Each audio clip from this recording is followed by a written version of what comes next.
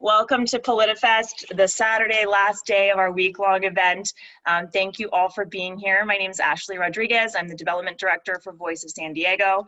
If you're unfamiliar with us, Voice of San Diego is a nonprofit newsroom. We do our best to hold public officials accountable and give you, the public, the tools you need to be an informed voter. We also depend on people like you, the public, to help support us. So thank you for your contributions, for being a member, for buying this ticket to Politifest to be here. It supports us all year round. A big thank you to our sponsors. They've really helped to make Politifest happen. The Google News Initiative, which turned this physical event into a virtual event for us this year. The University of San Diego College of Arts and Sciences, who underwrote the student tickets so that students in San Diego could attend this for free. And the San Diego Foundation, which sponsored all of our community conversations. We have a few other sponsors to mention: Cox Communications, SDG&E, the Atlantis Group, the San Diego Retired Employees Association, the San Diego Democratic Party, the City Heights Community Development Corporation, and Business for Good. So a big thank you to all of them for supporting this event. Remember that we have a few more sessions until noon today, so you can watch a few more on your Saturday. Recordings will be available, and you can use Cvent to connect with other speakers, attendees, as well as the sponsors. Translation is available right below here. You see that little globe that says interpretation. If you click that, you will be sent into the Spanish language version with our translator, Ana. Thank you for being here. Don't forget, you can also buy a Voice of San Diego mug or glass on the event page too, so be sure to do that. It's another way to support us. If you have questions for the panelists or the moderators, please put it in the little Q&A box you see just below my face there. Be sure to engage with us on social media. The hashtag's PolitiFest2020. And I guess now I have to turn it over to our moderator, Maya Srikrishnan. Thank you so much for leading this panel. She's our border reporter. You can find her, I'll drop a link in to find her newsletter to keep up with her reporting, but I'll let her take it away on redistricting. Hey everyone, as Ashley mentioned, my name is Maya. I'm a reporter at Voice of San Diego. Thank you so much for joining us today to talk about this very exciting, once in a decade political decision-making process that we're about to embark on in 2021, redistricting. Next year, jurisdictions will redraw their political boundaries, and this will have major implications for who will represent various communities and how much political power they will wield. And we have a really great panel of experts here to talk specifically about how this process is going to play out in San Diego. But before we get started, we want to learn a little bit more about how familiar our audience is with the redistricting process. So we have a quick poll question for everyone.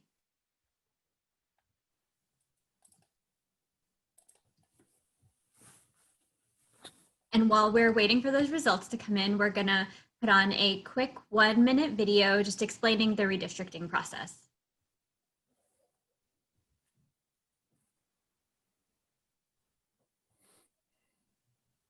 We live in a democratic republic.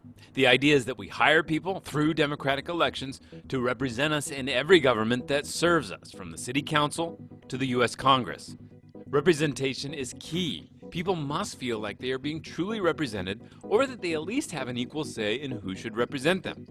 The most basic challenge and responsibility then in this form of government is the act of dividing us up into districts that should be represented. First, the districts must have roughly the same number of people. It just would not be fair to one person if his congressional district had far more people than another person's. And there are other laws. The Federal Voting Rights Act, for example, prohibits discrimination against minority communities. If there's a neighborhood that is primarily black, for example, it can't be divided too much so that it is harder to organize for representation.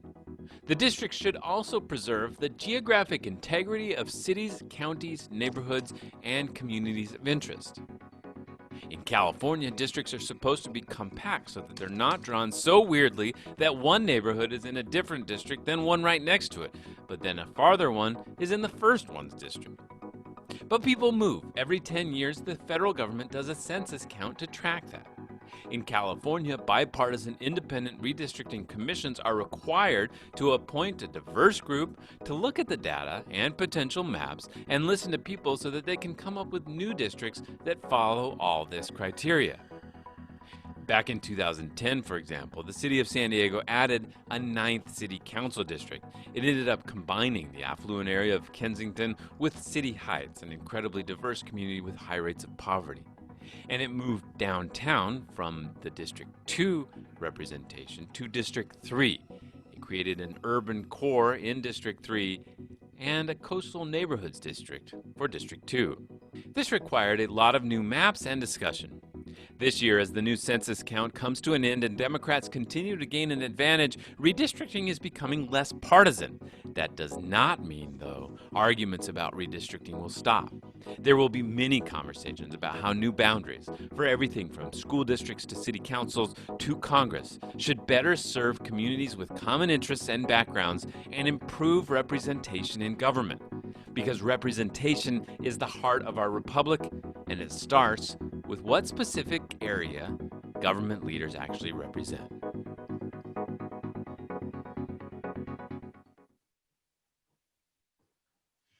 Huge thanks to Voice of San Diego's Adriana Heldiz for putting that together. Do we have the polling results? Wow, so most of the audience was not involved in last year's redistricting process. About 16% yes, which may have been most of our panelists actually answering that question. Just a quick reminder, if you have any questions for our panelists, please put them in the Q&A and we'll try and answer as many of them as we can at the end. And I'm very excited to introduce you to all of our panelists, all of whom were involved in the last redistricting process in San Diego and many of whom will be involved next year. We have Doug Johnson, who's the president of the National Demographics Corporation, Evan McLaughlin, who's vice president of Redistricting Partners, Chris Wilson, who's the assistant director at Alliance San Diego, and Midori Wong, who is the former chief of staff of the City of San Diego Redistricting Commission. So I want to start with Evan and Doug. The video touched on this just a bit, but can you start out by explaining a bit more what the redistricting process looks like and why it is important for communities? Sure, Evan, you want to go first? Go ahead. Sure, yeah. I mean, the redistricting process is incredibly important for sort of charting the shape of the politics. I mean, well, I think we can talk mostly today about City of San Diego's redistricting, and I think, there was a lot of energy around the redistricting in 2011 following the 2010 election because of the addition in the city charter of a 9th city council district.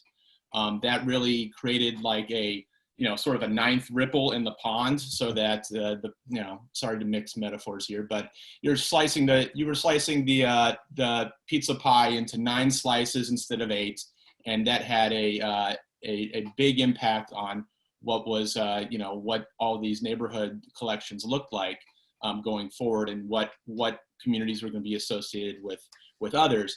The process itself, San Diego actually is a model. It was one of the big inspirations for the state of California's redistricting process that was implemented last decade for the first time, because it had an independent commission. Now, the way that we, select commissioners at the state level is a little bit different than the city's process. But the idea is that, there's this ethos that, voters should choose their politicians, not politicians choosing their voters. Everywhere where there's not an independent commission, typically the default is that a legislature or a city council or a board of supervisors, they would be the ones who are actually drawing their districts. And in a sense, they're actually choosing who votes for them instead of, and that has an impact on sort of the inverse of that, right? So that's where the process is right now, is that last week the commission was impaneled by a group of retired judges who took a look at the applicants who came in who filed to apply to be commissioners in the city of San Diego. There was one chosen from every city council district, and there's 2 alternates. And it's, the process will begin from there. There's another part of this is that these really start serving as their own sort of legislative bodies, and they will hire their own staff irrespective of what the city of San Diego and the city council believes should be. I'm getting is that the time up sign? No, that's the transfer. Anyways, I'm done. That's sort of the thumbnail of what the process is in San Diego. Yeah, and I would just piggyback on that a bit to say, as Evan noted, 10 years ago, it was an all new map, because when you added that new district, it really blew up all the old districts. This time around, we'll be keeping the same number of districts, but the census will still report that some districts are growing faster than others, and those populations will have to be balanced again. And it does offer an opportunity. The video talked about the way it worked last time and some of the controversies. I mentioned the Kensington and issue. As we rebalance those districts to meet the new population rules, that's an opportunity to revisit those issues and see if there's a way with the new numbers to make even more neighborhoods happy with where they end up. Midori, you led San Diego's last redistricting effort. What should some of the goals of redistricting and balancing these districts be when you're drawing these boundaries? What are some of the things that people should be paying attention to? Sure, Maya. And I had the pleasure of serving the 2010 Commission as its chief of staff. And, as Doug and Evan mentioned, it was an extremely exciting process. And I think just for the benefit of the audience, it sounds like the majority were not involved last time. Really what triggered the addition of a new 9th district was a result of the voters approving the permanent transition to a strong mayor form of government. So it wasn't just, let's just blow everything up and add a new 9th one. There was really a reason that drove that whole process. But the good news is for the commission and for the public is that there is a very clear set of standards associated with how redistricting principles and the process should run. And the most basic core tenet of that is sort of this one person, one vote concept. So, the primary goal of redistricting, as Doug had alluded to, is to try to equalize the number of people within each district so that you have as fair and equal representation as you can. Then there's a whole host of other principles that follow, whether it be protecting protected classes that are set forth in the Federal Voting Rights Act of 1965, using contiguous territory, observing boundaries, both natural and man-made, so that you try to avoid having all of these strange, funky looking, Finger Lake type districts, and, trying to keep communities together and preserving communities of interest. And so I think that there's a well-rounded and comprehensive set of principles that once you understand them, it makes sense and it's easy to get involved and advocate for, your particular community or your neighborhood. And so all of you were involved in some way, shape, or form with the last redistricting effort. And I want to talk a little bit more in detail about that. What were some of the more contentious battles? What communities notably lost and gained political seats and things like that? Midori, do you want to get started, and then everyone else can sort of jump in as you see? Yeah, I mean, I'm as the chief of staff, I'll have to default right to the final plan, and of course say that the commission, we tried to follow the rules of redistricting, have a really incredibly robust public outreach effort, all of which led to a really comprehensive public and legal record. That resulted in the adoption of a final plan, unanimously and with no legal challenge. So, there's always going to be a struggle when you have this primary principle, which I mentioned, which is to equalize population. You're going to end up with, it's nearly impossible to get exactly the same number of people in each district. And as a result, when you add in all of the other principles, you're going to have perhaps some neighborhood boundaries that don't match up exactly in order to ensure that you're not diluting anyone's representation. So I'll defer and let the other panelists weigh in on specific things, but that is what drives a lot of the controversy sometimes, is that you're trying to balance preserving equal population with how people really live in neighborhoods every day. Yeah, I mean, I would just add from, I guess I could editorialize, but I think you saw it a lot in the testimony that happened during the commission and toward the end of it, right? So I thought that one of the biggest winners was the community of City Heights. City Heights previously had been cut into 3 different city council districts.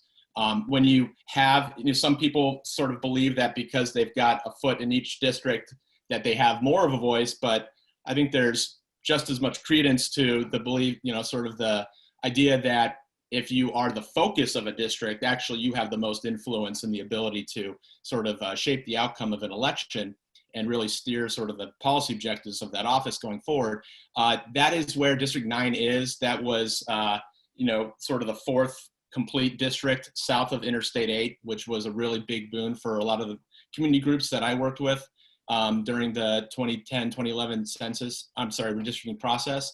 One of the losers, I think sometimes you find groups that were arguing on one side or the other. Remember Rancho Penasquitos was really there was a big coalition of neighbors who came out and really wanted to be connected to the northeast part of District 5 with, Mira Mesa and some of the Carmel Mountain Ranch, some of those other neighborhoods. But sort of, because it's so close to the boundary of the city, there's only so much of District 5 that can go and would not be able to take in all of PQ. But at the same time, you had this Asian American coalition that was trying to build more community, bigger influence in District 6. It kind of got split somewhere along the lines, but that is one of sort of the consequences of the redistricting law is this, this equal population principle. And right in Penasquitos, that's where you really saw a lot of conflict between neighbors,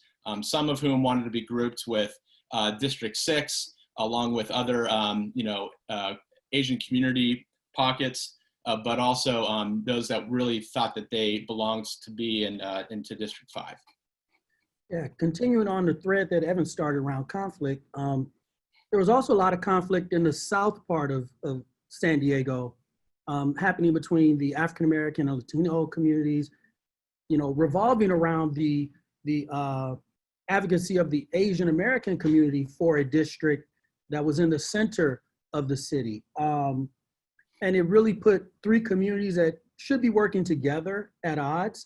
And just going back a little further, I would say that the source of conflict is generally that you want to keep communities of common interest together. And so people see common interests with those who share their cultural practices, their norms, and their habits, right? And for a city the size of San Diego, we really do have an undersized city council. When you look at similar cities like San Jose, they have 11 council members. San Francisco only has 800,000 people, or close to 900,000 people, but they also have 11 folks on their legislative body, right? And then you look at LA and they have 15 council members for 3.5 million people. So when you think about it, communities are really competing for representation in San Diego so that their issues and their cultural practices and their community norms can be a part of the conversation in our city government. And it's unfortunate that these communities do have conflict for representation when they should be working together, especially marginalized communities should be working together to get a bigger piece of the pie and not the crumbs that are handed down by our local government. And so we really did see a lot of what I would classify as a lot of conflict in 2011 around the process. And I had the pleasure of being on 3 different coalitions. There was a general coalition that was working to make sure that the process was fair and inclusive. And then there was the African American coalition, making sure that the African American community didn't lose out on representation. And then there was the Latino community coalition, making sure that the Latino population didn't lose representation, because when you look at the size of the Latino population in San Diego, it's that community is everywhere. And so maybe they should have more than one district to represent their interests. The Asian community should have an opportunity to elect somebody to represent their interests. And so I think the conflict starts because we really don't have enough districts to represent everyone's interests, and that just puts people at odds. Chris, I'm going to come back to you on that issue in a second. Doug, do you have anything else to add about the 2010 process? Yeah, I was just going to add, it was an interesting dynamic. No surprise, I guess, that we really broke into 2 debates. One was south of Interstate 8, which was focused on where the new district should be drawn. And to Chris's point, I think there was fairly quick consensus about City Heights, but not enough people there to make a whole district. And so the whole debate became, what else got put in there? Did it come from towards downtown in Kensington? Did it come from where it ended up, Kensington and the area between the freeways. And of course, there was a desire not to go too much into the what had been the historically Black or African American District 4. So there was a big debate there. On the other side of what's now District 3 was the issue of should the airport be with downtown? Did those two need to be connected, or did it make sense to separate them? And that was a lot of the debate south of the 8. And then up north, as Evan covered, there was a lot of issue of what goes with the far north. And we ended up with kind of vertical districts. 5 came down on the east side of Interstate 15, and 6 came up the west side of Interstate 15. As you mentioned, there was a lot of desire to flip that, to have 7 come up and get Rancho Encanto in those areas and bring 5 and more towards Mira Mesa and towards the university. I will say it's one of my most memorable moments in that one of the last hearings in the north, people always bring little signs. And I always remember one guy brought an iPad and he had a whole series of signs. Depending on where the debate went, he would flip the sign. And I was like, oh, this is new tech in community engagement. So San Diego both led the way in terms of criteria, as Evan talked about, and independent commissions, and the San Diego community led the way in innovative community mobilization as well, I think.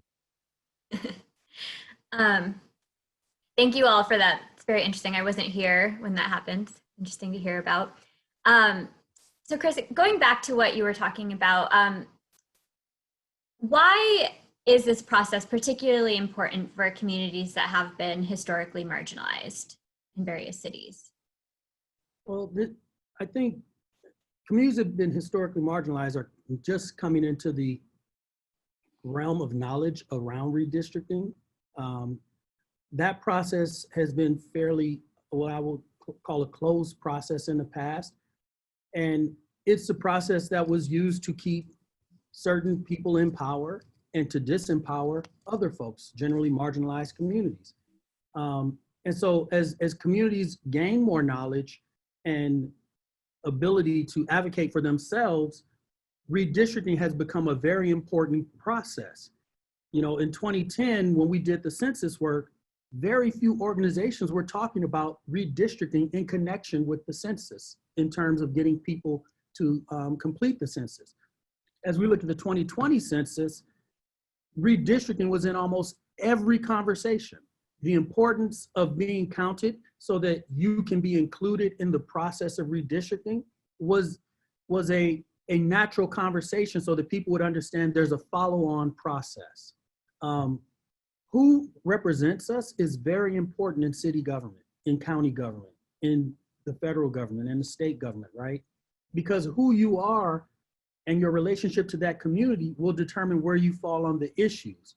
And as I said before, San Diego has a very, a small size city council for a city of its population.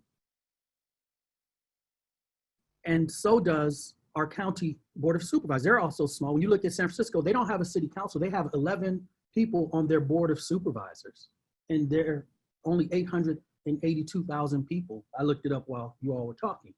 And so the idea that Kensington and Talmadge will be included with City Heights is a great disparity, right? Because Kensington and Talmadge are very upscale communities where City Heights is a growing community and very full of marginalized people. And so how does one person represent the interests of the wealthy and upscale communities of Kensington and Talmadge and balance that with the low income and desperately needed resources of City Heights? And that, I think that creates some natural conflict and some natural tensions in electing somebody, and gives an example of why this process is important to marginalized people. So as you mentioned, this process was something that was very closed off to these communities in the past, and obviously things are better, but there are still many barriers to participation for some of these communities. Can you talk a little bit about what some of those barriers are and what can be done to sort of overcome them? Are you throwing that to me? You're muted. I'm muted. To you and anyone else who wants to jump in as well. I mean, I'll defer, because I just talked for a long time. I'll defer to the panelists to start that off. I can jump in and just talk about, some of the efforts that we made in the last round. And as I had mentioned, our goal from the beginning was really to have a robust public outreach effort going well above and beyond the statutory requirements. So for example, we held, I think, 35 public hearings prior to the adoption of the preliminary map, and the requirement in the city charter is 4. And once we adopted the preliminary map, we had another 9 public hearings when the requirement was 3. So, that's one thing, the main public meetings of the commission, but we all know that people work and can't come downtown to City Hall in the middle of the day. So we embarked on this huge journey of having as many hearings as we could all over the city on weekends and evenings, to the extent that we had budgetary resources. We had translation available. We translated material into multiple languages. We had simultaneous translation available where we could, just like we have on today's panel. And that was really important to us because, connecting the dots for people of why redistricting is important and the role of representation in elections and elected office. Maybe to the everyday person, redistricting is this wonky concept that isn't really meaningful. So, in addition to convening all those public hearings, a lot of my day-to-day as chief of staff was crisscrossing the city, going all over to neighborhoods all over San Diego and just meeting with people and connecting the dots. And so I think if you look back at what we were able to do, and probably 10 years later, there's so many more possibilities available now. 10 years ago, we were just starting to leverage technology, created an online mapping tool for people to log on and, draw their own maps and submit them. I'm really excited about the possibilities of what could happen this time around. But those were some of the efforts that we tried to make to increase participation. Yeah, I would join in that and say, first of all, this commission would be very well advised to take what Midori did 10 years ago and duplicate it.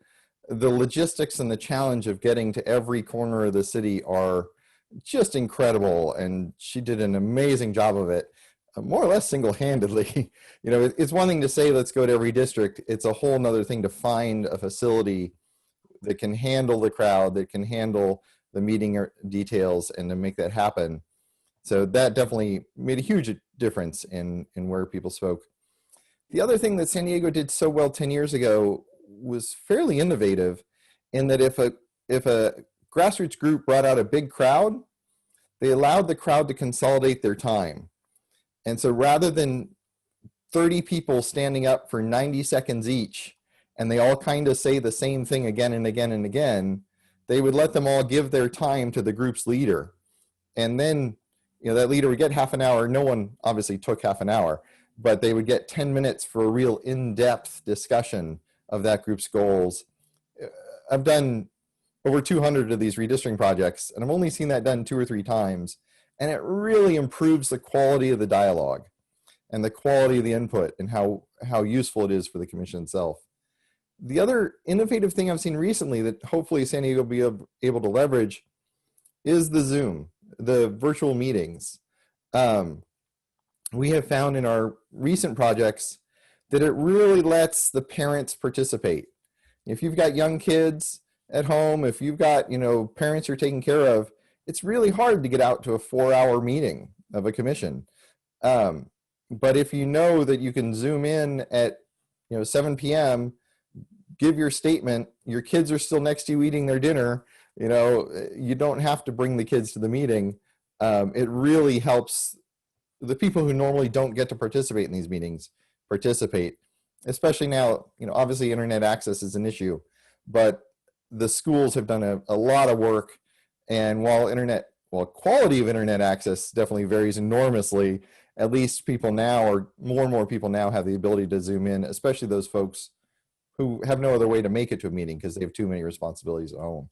So there is both the blueprint from 10 years ago that was fantastic, and the new technology making it possible for even more people to participate now. So on that Zoom note, I am curious if you guys have any perspective. If this pandemic goes on well into 2021, which it sort of seems like it might, how would that impact public participation, or how will the organizers of these efforts have to restructure how they're outreaching, how they're doing community outreach? I thank you for asking that, because I think the pandemic has shown us, as Doug said, a new way to make sure community is involved. We see city council meetings, board of supervisor meetings that are being held virtually. I had the pleasure of serving on the California Complete Count Committee, and we had to have virtual meetings. And it has really opened up a new window for community participation. I would expect that we would see even more participation using virtual tools from communities that we might not normally see. And I think that's a good thing. I think the more people involved in a redistricting process, the more voices you have. I think, you know, I want to give Midori a huge shout out, because that draw your own map function that she created for our 2011 process was huge for community members to really get a grasp on what it looks like and how the process works, to draw maps that are actually representations of people, of humans. And I think the technology we have today is going to take us another leap forward. And I think we're going to see way more participation from community members. Coalitions are already forming. People have already been doing work, not only because of the state process, but because more people understand what's at stake in this redistricting process. And so I think we're going to get even better maps this time around that do a better job of keeping communities together, that do a better job of being inclusive of community input on where the lines actually intersect and cross. And so I think, you know, technology and the pandemic will not be a limiting factor in community involvement. My next question, oh, sorry. Oh, I was just going to add on that too. It'll be an interesting challenge. Those of, you know, all of us are watching the census lawsuit go on, and we may not get the census data until late August. So we may not be doing these meetings for another year. So hopefully we won't be in quite the pandemic stage a year from now. But even then, I think, as Chris was just saying, the remote technology has been a huge boon for a lot of people to participate. So it's very likely we'll be using virtual commentary as well as in-person commentary once we get started. So Doug, going off that, do we have enough information at this point to have an idea of some of the boundary shifts that we might be looking at in the city, county, and even state? Actually, Evan may know this better than I, because we don't really have any census data that's detailed and really reliable enough to make those kinds of estimates. But certainly, you know, knowing where there's been development, where has the city had new housing built, where has it done infill, that's going to tell you the places that are too big, and then they'll need to lose population to the other parts of the city. Yeah, I would add, there's enough data sets out there where you could have many different projections about where things are going to grow, and oftentimes those conflict with one another. So it's not a perfect science until we get the actual census data from the administrative records from the Census Bureau, which is what the basis of the actual redrawing of the districts will be. Just one thing that we did, we took a look at the city and the ACS data. So this is a survey that's done as estimates. And it's sort of every year, but it kind of combines the 5-year average. And so this last 5-year average, the latest one, shows that there has been, we can start to kind of look, like I said, this is all a grain of salt until we get the census. But a couple of the inland districts do show more growth than the rest of the city. So District 7, if you think about all that development that happened, that Quarry Falls, Tom Sudbury infill area, downtown and East Village obviously has grown a lot since the last census, and even District 6 and some of the sort of formerly known North City future urbanizing areas up in the north.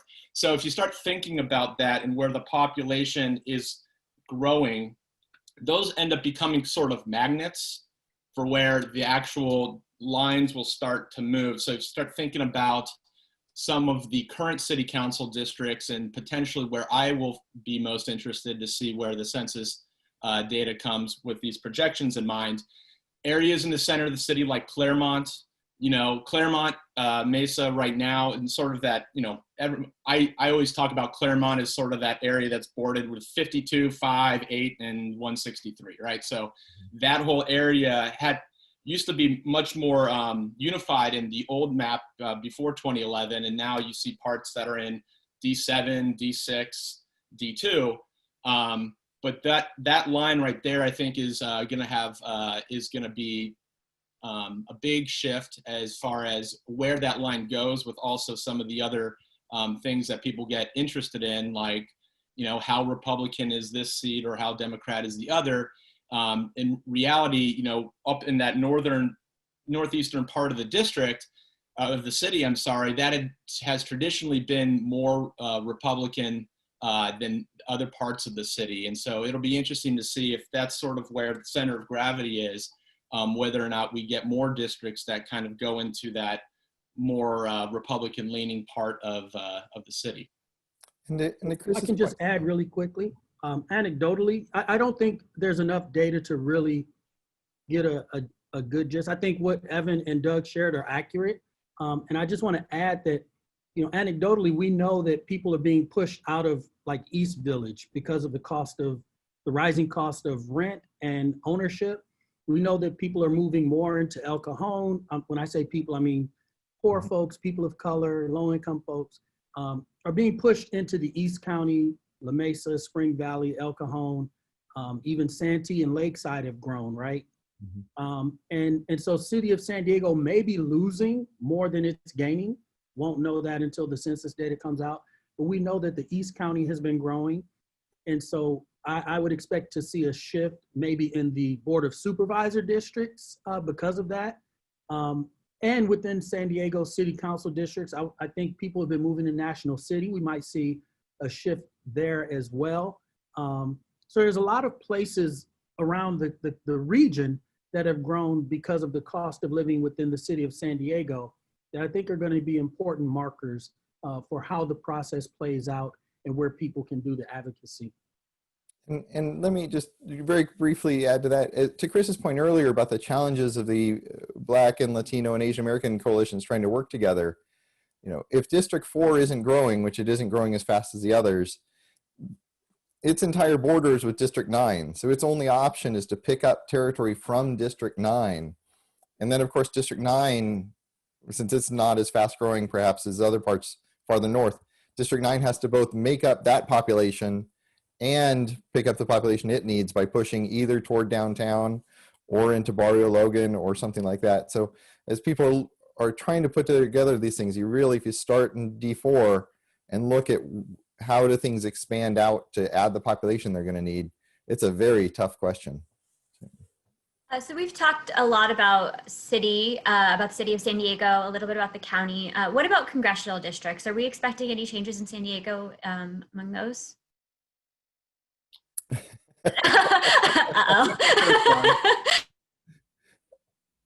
Yeah, I'll kick it off. Actually, with the Rose Institute up in Claremont, we put out a report looking. It's essentially guaranteed California is going to lose a congressional seat. The question is whether we'll lose one or two.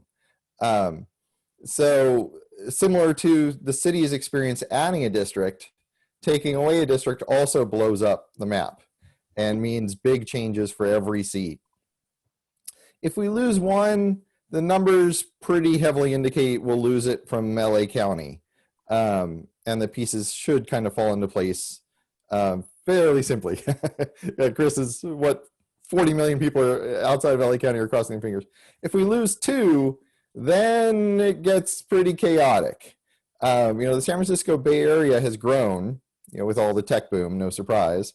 So its seats will stay and actually shrink a little bit as all the other seats try to get the population to survive. So we're looking at, that second seat, if we lose two, could come from the Central Valley. More likely, though, it comes from the Orange County, San Diego County region. So then it really gets messy. So to Chris's point about the census count mattering, people should, talk to those people still going door to door and get counted to try to save that second seat. The last estimates I saw, it's down to about a 3,000 person difference between California and Arizona, and a 5,000 person difference between California and Minnesota to save that second seat. So it's going to be down to the wire. Yeah, and I mean, I think that's a mainstream projection that you see out there. I'll offer sort of a counter of what one other way to maybe skin the cat, so to speak. So one thing, you know, and Chris alluded to it earlier, the census is incredibly important to this, and the great work that he's done, as long as the sort of statewide effort in California. California invested early and heavily in the census count, and it is showing. Despite having some of the most prolific, hard to count areas in the entire country, here in California, our response rate has been through the roof compared to some of these other states. We are in the top, I think, 15 or 16 of the states in total.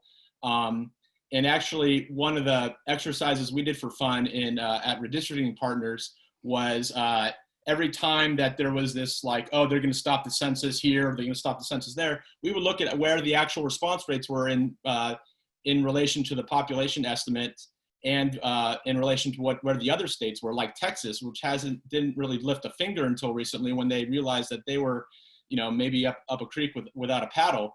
And there was sort of a logic to where California could actually even gain a seat because we were doing so well in our count. And the census is a snapshot in time, and because we had counted so well and other states had not, we have a bit of an advantage to maybe catch up to equalize some of the projections that Doug had mentioned earlier.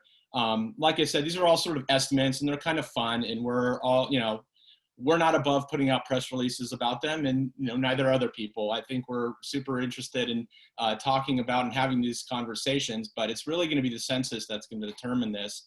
And for San Diego County, one thing that we need to think about is whether or not the number of seats we have on the legislative or congressional is also a function of whether we get connected to other counties or whether we're sort of our own island, right? San Diego is the cul-de-sac, right, where we are between Pendleton and the desert and the oceans and the border, the Mexican border. So in some ways we try to build our own little island on San Diego, but in other ways, I think there was a very strong argument made during the last statewide redistricting commission about the sort of cultural ties that Imperial County has with South San Diego County, and that's why you have the Senate seat, the Ben Wesso Senate seat, the way it looks, or the Juan Vargas congressional seat. Those are functions of the commission saying, well, this Imperial County area, which isn't enough to be its own district, it actually more resembles South San Diego County, and some of everything from the household demographics, the economics, and so on, the language issues that happen in these communities are more like South San Diego County than they are Palm Springs, for instance, right? So think about even taking all that population out and starting to draw a congressional seat at the border versus allowing for some of that to be out in the east in Imperial County. That would have a huge impact on the representation in San Diego County, not just the number of seats in the congressional and legislative maps, but what those seats really look like too. Mm-hmm. Yeah, if I could just tack on one small comment on that. That was the fear that drove the Complete Count Committee to advocate for more funding. California spent almost $200 million early, and we did get one of the best counts in the country, and San Diego led the way in California. And so I am hoping that early work and the commitment of the community to make sure everyone gets counted will show in us maintaining our number of congressional seats and representation that we have in the federal government. It's really important to resources and funding and programs for our region to have that representation. So we're running a little bit low on time, so I have one more question for everyone, and then we're going to try and get some audience questions in. What is the timeline going to look like for this 2021 redistricting process, and how can people continue to be involved? So I'm not sure what it's going to look like this year based on what, Doug, when you said August for census, that is a pretty shocking and surprising estimate, because we had already adopted our final plan in August. So, what happened last time is it's really less than a year process. The commission, as you know, is appointed and they can begin meeting before the start of the new calendar year. They hired me, I believe, in early January, February. And then from then on, it's pretty much a race to the finish because there are, or at least we wanted to produce a map in time to allow for the 30-day referendary period. And then with enough time for the registrar of voters to be able to receive the new map and then process it for the upcoming elections the following year. So what I would suggest is there's a really extensive record of what we did. It used to be on the city website, but we had a final plan as well as a set of recommendations that we issued for the next commission. And within that report, there's a timeline that shows basically what happened from January of 2011 to October when I left my post. So roughly we spent, January through June holding public hearings and adopting the preliminary map, and then really a crunch time between June, July, and August to adopting the final map. And I would say to stay involved, I'm really intrigued by this whole, transition and ability to have technology and more meetings virtually. What we had to do, or what we did, was we had a big buildup, huge logistical challenges of convening these massive public hearings with, having them be recorded. We needed to transcribe everything word for word so it could become part of the legal record. We had phone calls and emails as well, but it wasn't to the extent that maybe it could be today. So I think that something for the future commission to keep in mind is, in addition to having those really grand public hearings, what are the ways that we can make this process more accessible to people so that they don't need to show up for 4 hours in person, and maybe we won't be able to at all. The challenge is going to be that you need to make sure that all of the information that's received is shared publicly, and that it's received by the commissioners all at the same time, and that it needs to be entered into the public record. So, the last time, things like Facebook, we didn't have the capacity to really process those kinds of comments. So we had to restrict the ways that we received comments. But maybe now, 10 years later, and with the realities of the situation that we're all in, we need to find ways to let people come in and out of the process a lot more quickly and efficiently. I'm going to just quickly add to what Doug said earlier about the August timeline. What we need to keep in mind is that there are lawsuits, administrative interference, and data processing all playing a role in what would normally be done in December and data presented to commissions in January. We're past that because of COVID delays. We're past that because of lawsuits that need to be settled. So we're looking at a later start than normal. I don't know if it'll all be August, but it certainly will not be data sent out in January in my mind, which means that the timeline is going to shift to later in the year. Yeah, and even best case, one thing people may not be aware is California has decided that now we're going to take our state prison population and count them at their home address. And so once the census data comes out, which best case will be April 1st, the state will still need 2 to 4 weeks to make all those adjustments. So best case, we'll have data mid-April to end of April.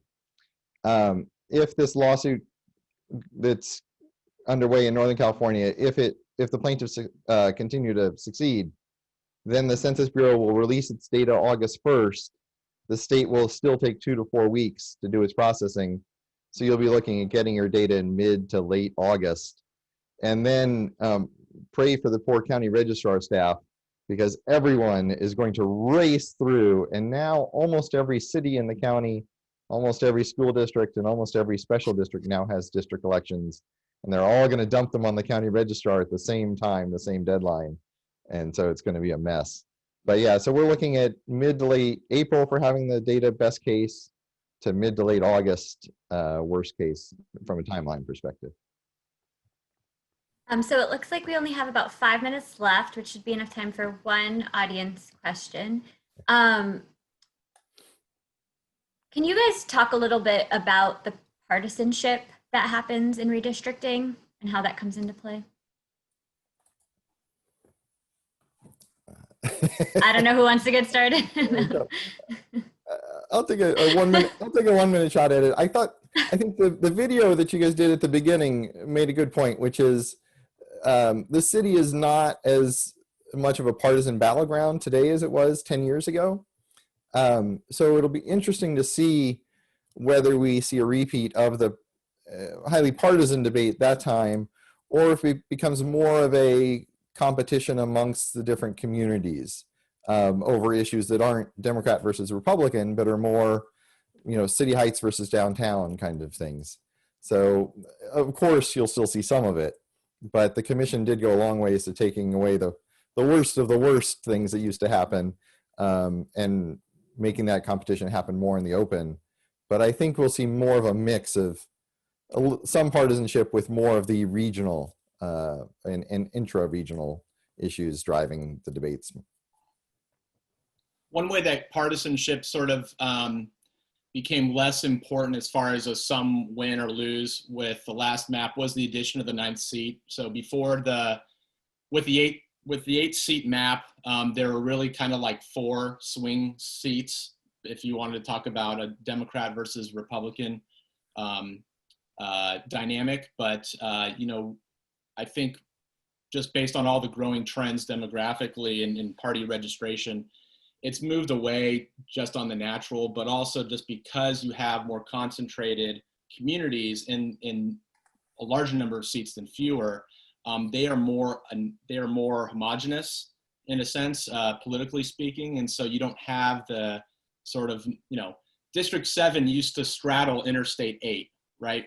It used to have City Heights, and then it would have all these Tierra Santa, Grantville areas. That was a swing seat. I think that, that was one of the ways that the new map, the 2011 map, really changed things, is it put all of that District 7 north of Interstate 8. And as a result, it was not as seen as being a swing seat the same way. And it's been held by a Republican ever since. And, I know there's a competitive election now that's more a function of the registration changes that have happened over the last decade. But yeah, you'll see some of that stuff. And I think this last map, the one that's in right now, really benefited Democrats and Democratic candidates versus the 2000 map. Great. Well, thank you all so much for joining us. It was a fascinating discussion, and I wish it could go on longer. Thanks to our audience as well for being here. Sorry we didn't get to more audience questions. It's just such an interesting discussion. Everyone had so much to say. But yeah, hopefully you guys will stick around for some of the other sessions that we have coming up later today. Thank you, Maya. Yeah, thank you very much for having us. Yeah, thank you, everybody. I dropped some resources in the chat right here. Thank you, Doug, for sending those. We'll also send a follow-up email with recordings for all the sessions, and hopefully we'll get some extra resources from some of the panelists to get you all too. Thank you, Maya, and to all the panelists, and enjoy your next Politifest session. Looking forward to working with you all. You too. Take care. Start organizing now. Done. Exactly. That's the lasting message. Definitely. All right, take care, everyone. Take care. Thanks.